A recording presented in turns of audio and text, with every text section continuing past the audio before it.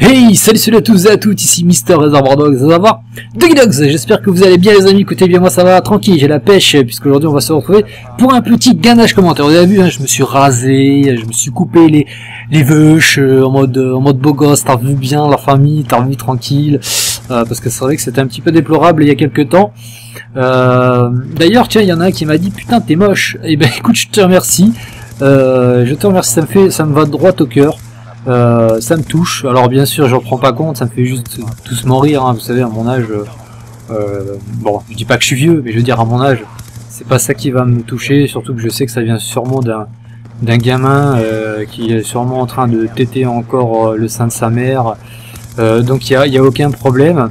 D'ailleurs c'est un commentaire en fait où je me dis je vais m'en servir justement à pourquoi pas introduire une question ou introduire autre chose. Est-ce que vous pensez que le fait d'être un beau gosse dans la vie, ou pourquoi pas sur YouTube, est un avantage, enfin est un beau gosse ou une belle gosse, hein, voilà, la petite meuf bien roulée, bien sympa, bien mignonne, charmante, est-ce que vous pensez que c'est un gage de réussite d'être beau gosse et d'y arriver parce qu'on est beau gosse ou belle gosse, hein, n'importe. C'est vrai qu'il y a pas mal de filles maintenant qui se mettent à faire des vidéos sur YouTube, sur Call of Duty ou d'autres, mais est-ce que vous pensez que le fait qu'elles soient en plus des petits canons, est-ce que vous pensez que ça joue en leur faveur pour gagner des abonnés ou gagner les faveurs de certains petits jeunes mâles en rut, voilà, qui vont s'abonner tout simplement? Alors je pense que c'est aussi à double tranchant, hein. Je suis le premier à dire que c'est plutôt bien qu'il y ait des filles qui fassent des vidéos sur YouTube et qu'il y ait de plus en plus de filles sur Call of Duty, parce que voilà, ça prône aussi un petit peu la différence, et en même temps je trouve ça plutôt cool d'avoir, j'en avais déjà parlé dans une vidéo il y a longtemps de ça, ça rajoute un petit côté charnel, un petit côté charmant au côté gaming. Enfin moi c'est mon avis perso, mais est-ce que vous pensez que c'est assez comment dire, honorifique, glorieux, on va dire d'être bien vu, de gagner des abonnés, ou de se faire embaucher par exemple dans un travail parce que on a un physique assez sympa? Pour moi je trouve que c'est sûr que ce serait dommage de ne pas en profiter. Voilà, c'est toujours bien, et là au passage boum, je fais péter ma série par une très belle bêtise. Je croyais-moi que j'avais bien les nerfs, mais c'est vrai qu'il y a beaucoup de gens maintenant qui jouent sur le physique au niveau de l'embauche, et on le voit par exemple dans les pays asiatiques. Je crois que c'est surtout au niveau de la Corée, j'avais vu ça, je crois aussi en Turquie, je crois aussi, où les meufs se font souvent refaire le visage, les asiatiques se font débrider les yeux, se font refaire le nez, il y en a qui se font rehausser au niveau des jambes, parce que vous savez que les asiatiques sont assez petites, et donc ça veut dire qu'il faut avoir un certain physique maintenant pour y arriver dans la vie active aussi. Alors c'est un petit peu la même chose peut-être sur YouTube, je sais pas, mais c'est vrai qu'après c'est à double tranchant. C'est à double tranchant dans le sens où si vous êtes belle en général, des fois il y a des gros relous, des gros chiens, des grosses hyènes, des gros geeks qui ont faim, qui les lâchent pas, qui envoient des messages, qui sont à fond sur Twitter, oui vas-y, enfin qui les les gros lourdeaux quoi, voilà, les gros lourdeaux. Bon après il y en a peut-être certaines filles qui aiment ça, hein. Écoutez, après chacun son truc, mais c'est vrai que moi je trouve pas ça glorieux, on va dire, d'y arriver comme ça. Enfin bon, voilà, je voulais me lancer un petit peu sur ce débat, voilà, rebondir un petit peu sur le commentaire très sympathique de mon ami, et puis on va parler un petit peu du gameplay. Donc vous l'aurez remarqué, je joue à la PDW, j'ai pas posté énormément de gameplay, je crois que j'en ai posté qu'un à la PDW sur ma chaîne. J'en ai posté un, en plus il était en musique, il était pas en commentaire, c'était un début de partie qui avait plutôt bien commencé pour moi, je l'avais mis en musique, je l'avais pas commenté. Donc là ça va être ma première vidéo à la PDW commentée, hein. J'essaie un minimum de restreindre, hein, la MSMC et la PDW, j'essaie vraiment d'alterner les armes, hein. Vous l'aurez remarqué quand même, je fais ce que je peux. C'est vrai que c'est des armes dites plus faciles que certaines. Et vu que là c'est un gros score, je pouvais pas m'empêcher de ne pas le poster, hein, c'était pas possible.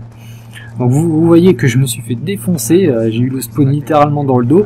À savoir que quand vous avez BA, vous avez les spawns qui sont en général à droite de moi dans l'allée là, normalement, soit dans le hangar ou soit à gauche de C. Voilà, donc c'est pas trop compliqué à se souvenir. La PDW, je l'ai mis un silencieux, chargeur rapide et poignée ergo. Voilà, comme d'habitude, pillard parce que je joue avec une arme principale, j'ai pas d'arme secondaire. Les atouts fantômes comme d'habitude et détermination pour les killstreaks plus rapidement. Après ça dépend, des fois je me mets gilet pare-balles quand je veux vraiment jouer l'objectif player. Et dextérité, ça c'est un truc que je peux plus m'en passer vraiment pour... déjà ça aide pas mal avec la connexion, des fois quand on a des retards, le fait d'avoir de dextérité on a quand même l'opportunité et la chance peut-être d'essayer de quand même essayer de pallier au retard qu'on a au niveau de la connexion avec dextérité et la poignée ergo. Donc c'est plutôt pas mal. Moi franchement je vous conseille, sur cette carte là, c'est vraiment une carte que j'apprécie beaucoup et je pense comme beaucoup de personnes de la communauté. Raid en général, quand vous la voyez au niveau du menu, c'est simple, c'est qui est de la MME, de l'EC ou de la domination, c'est la carte qui est tout le temps votée. Tout le temps votée parce que je pense que c'est vraiment la meilleure carte que Triarch a pu faire, même avec les nouvelles cartes qui sont sorties.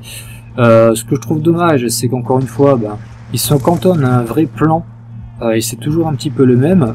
Contrairement à MW3, on avait quand même des maps assez variées, avec des passages où on pouvait passer au milieu et tout ça. C'est pour ça que j'aime bien Raid, parce que c'est le cas, on peut passer en plein milieu si on veut. Par contre, les nouvelles cartes, vous regarderez bien, c'est pratiquement tout le temps les mêmes plans, comme beaucoup d'autres cartes qu'on fait Triarch. C'est 3 allées, une centrale et 2 latérales de chaque côté. Et donc, c'est un petit peu dommage qu'ils aient pas un petit peu changé le plan des cartes. Et puis vous avez ces deux bâtiments, ces 2 points hauts au-dessus de B. Alors je sais pas pourquoi, ils frisent ça parce que ces 2 points privilégient la camp. Regardez, il y a encore un ennemi au-dessus. Ce que je peux vous conseiller aussi, quand vous avez B et C, c'est souvent d'aller dans le bâtiment. Alors faites attention parce qu'il y a beaucoup de gens qui sont à la bétille, à la grenade électrique. Ça m'arrive assez souvent de me faire péter mes ciels, vous en avez eu la preuve tout à l'heure. Je regardais, je vais faire un petit tour dans le bâtiment, regardez, hop, il a remis sa bétille et je repasse derrière pour le tuer. Donc essayez de prendre l'ascendant, prenez directement le bâtiment avant qu'il rentre dedans. Surtout quand vous avez des ennemis qui font pratiquement que ça. Et j'avoue que j'avais un petit peu le seum, du coup j'avais un petit peu les nerfs, je me suis dit ils n'allaient pas me multiplier plusieurs fois. Une fois mais pas 2. Donc du coup j'ai essayé de les bloquer avant qu'ils arrivent dans le bâtiment. Et une fois qu'on a B et C, alors soit ça va spawn du côté de ce bâtiment là, justement juste derrière l'escalier, soit ça peut spawn l'escalier qui est tout au fond à droite de A, vers le terrain de basket. Voilà, c'est vraiment 2 spawns, ou alors ça peut spawn ici des fois aussi où je suis là, voilà, vers le petit camion bleu. Des fois quand on a les 3 pots ça peut spawn ici aussi. Donc c'est pas encore une fois une science exacte, hein. Voilà, moi je réfléchis comme ça quand je joue. Après comme je vous l'ai dit, voilà, des fois je me trompe dans mon rush. Et bon là vous voyez que je fais quand même assez attention, je suis reparti en série, j'ai un micro station orbitale. Et voilà, il y a encore un ennemi dans le bâtiment. C'est quand même un truc de fou comme les gens insistent et persistent, ils voulaient remonter encore, c'est quand même un truc de fou. Comme les gens n'essayent pas de changer un petit peu, donc moi qu'est-ce que je fais, j'en profite, hein. Voilà, les mecs c'est des boulets, ils continuent à essayer de monter, je vais pas faire le con, je vais m'amuser à les tuer à chaque fois qu'ils essaient d'y aller, ça me permet de débloquer en plus mes score streaks.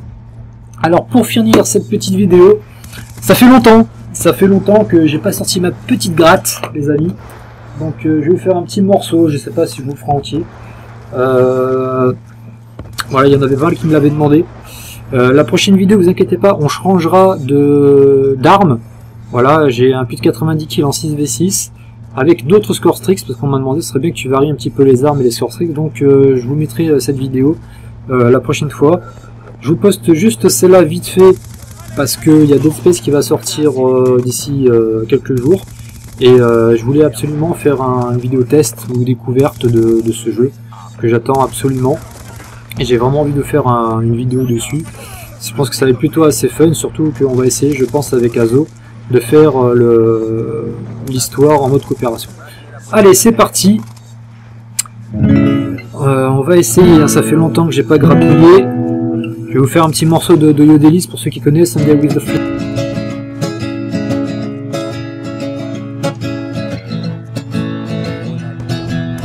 Close my door, forget my key, miss my bus and pounding breeze. Been easy Sunday with the flu, when I just can't get over you.